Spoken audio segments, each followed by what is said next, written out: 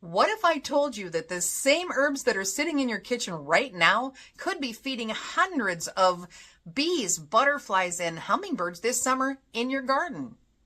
I'm all about working smarter in my permaculture garden, and there's nothing smarter than having an herb that does double duty. These 20 herbs feed both you and feed your pollinators too, creating that beautiful permaculture cycle we're always aiming for. Today I'm sharing 20 dual-purpose herbs that will turn your garden into a pollinator paradise and your kitchen into a culinary feast while you're cooking. Number 1, anise hyssop. Let's start strong with anise hyssop, which is a tall, upright perennial with these gorgeous purple bottle brush flowers. This plant is an absolute pollinator magnet for bees, butterflies, and hummingbirds all summer long. The leaves smell like licorice and make an amazing fresh or dried tea. It's hardy in zones 4 through 9, and you'll see honeybees, bumblebees, butterflies, and hummingbirds all over it from early summer right through fall. Number 2, lavender. You probably already know lavender, but did you know that those purple spikes are absolutely packed with nectar? Honeybees, bumblebees, and butterflies work these flowers constantly, and it's drought tolerant once established, so it thrives in full sun. Most lavenders are hardy in zones 5 through 9, though some varieties can even handle zone 4. Number 3, bee balm or bergamot. Bee balm really lives up to its name with those shaggy firework-like blooms in red, pink, or purple. These are absolute hummingbird favorites, but bees and butterflies love them too. It spreads into nice clumps, which makes it perfect for creating a pollinator patch near your vegetables. This one's hardy in zones 3 through 9, and you'll see hummingbirds, bees, and butterflies, especially swallowtails, working these flowers all day long. Number 4, borage. Borage is a fast-growing annual with these stunning starry blue flowers that bees literally cannot resist. Here's the bonus. The cucumber-flavored leaves and flowers are edible in salads, and it self-seeds like crazy. So you plant it once and you may have pollinator food for years. Since it's an annual, it grows in all zones, and you'll mainly see honeybees and bumblebees absolutely mobbing those blue flowers from morning until evening. Number 5, chives.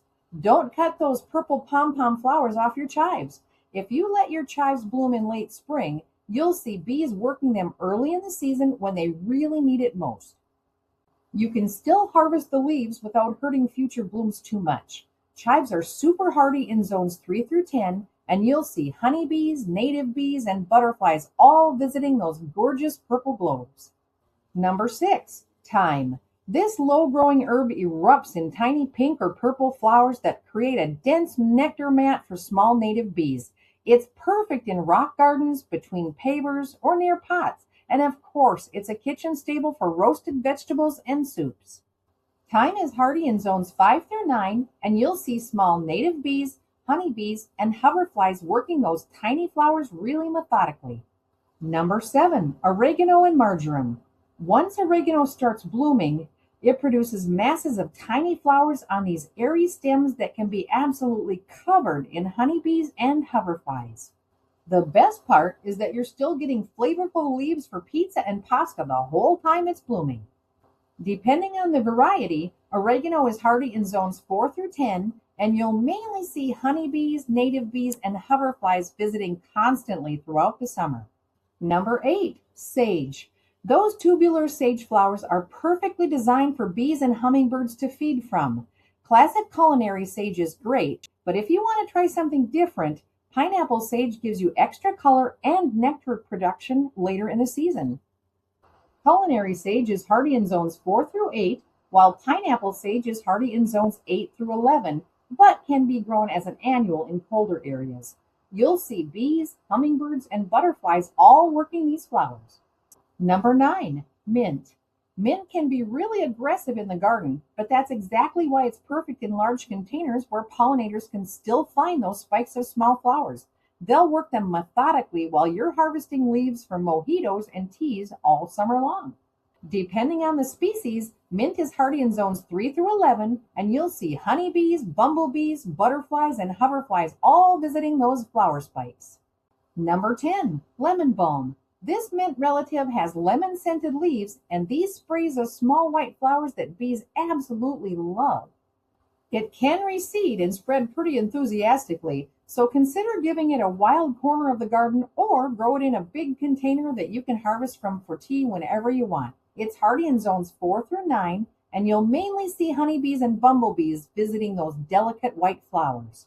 Before we move on to the next 10, if you'd like to have a look at any of these herb seeds, I have some affiliate links in the description.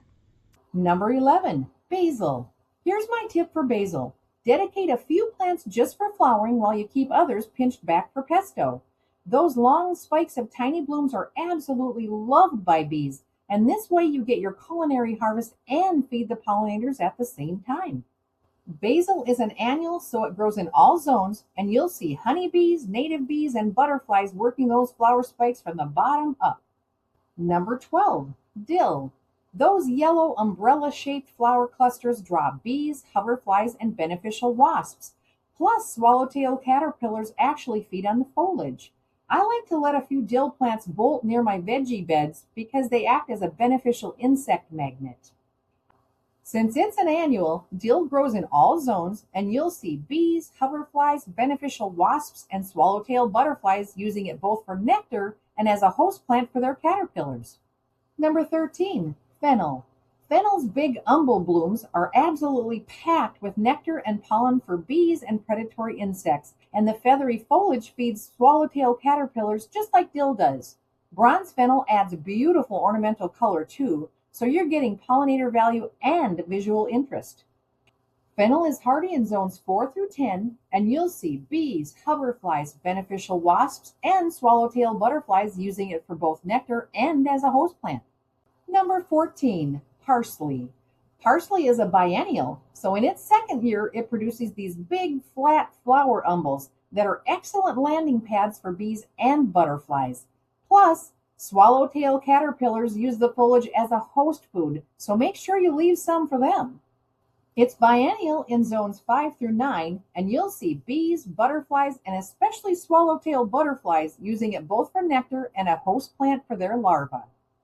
Number 15, coriander and cilantro. This is my favorite example of don't pull it when it bolts. When cilantro sends up those lacy white flower umbels, it attracts small bees, hoverflies, and beneficial wasps that help control pests in your garden. Let it feed the insects first, and then you can save the coriander seeds for cooking or planting next year.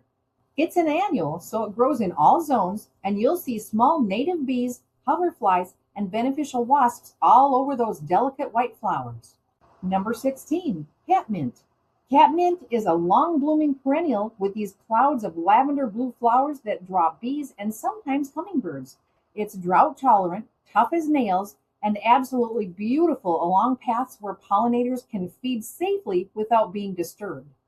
It's hardy in zones 3 through 8, and you'll see bees, butterflies, and occasionally hummingbirds visiting those purple-blue flower spikes during their blossom season and later.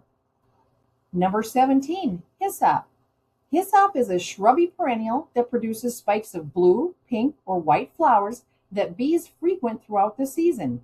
It's aromatic, medicinal, and compact enough for raised beds or the edge of a pollinator border where it won't overwhelm other plants.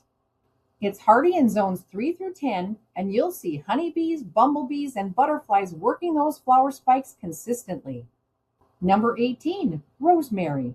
Here's what makes rosemary really special.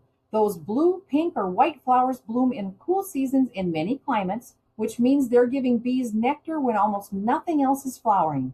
In warmer zones, it's evergreen and stays productive year-round, and in colder zones, you can bring it inside for the winter and still get blooms. It's hardy in zones 7 through 10, but can be grown as an annual or overwintered indoors in colder climates. You'll mainly see honeybees and native bees visiting these flowers. Number 19, yarrow. Yarrow's flat flower clusters make excellent pollinator landing pads and come in these gorgeous colors from white to pink to yellow. It also attracts beneficial predatory insects like lacewings and ladybugs, which makes it perfect to plant alongside your vegetables for natural pest control. It's hardy in zones 3 through 9, and you'll see bees, butterflies, and all kinds of beneficial predatory insects visiting those flat-topped flowers. Number 20, lemon verbena. Let's finish with lemon verbena, which is a fragrant shrub-like herb with small nectar-rich flowers that draw bees and butterflies later in the season. Those strongly lemon-scented leaves make incredible tea that's way better than anything you can buy at the store. It's hardy in zones 8 through 11, but in colder zones you can grow it in a pot and bring it inside for the winter. You'll see bees and butterflies visiting those small flowers throughout the late summer and fall. Here's the beautiful thing about all these herbs. Every single one gives you something for your kitchen and creates habitat for pollinators at the same time. You don't have to choose between a productive garden and a pollinator garden because you can have both in your permaculture garden.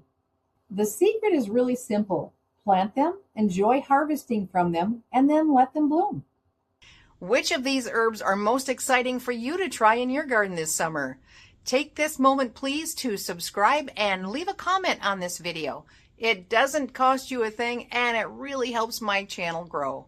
Until next time, let's start thinking about the herbs we want to grow this summer, and then let's start growing.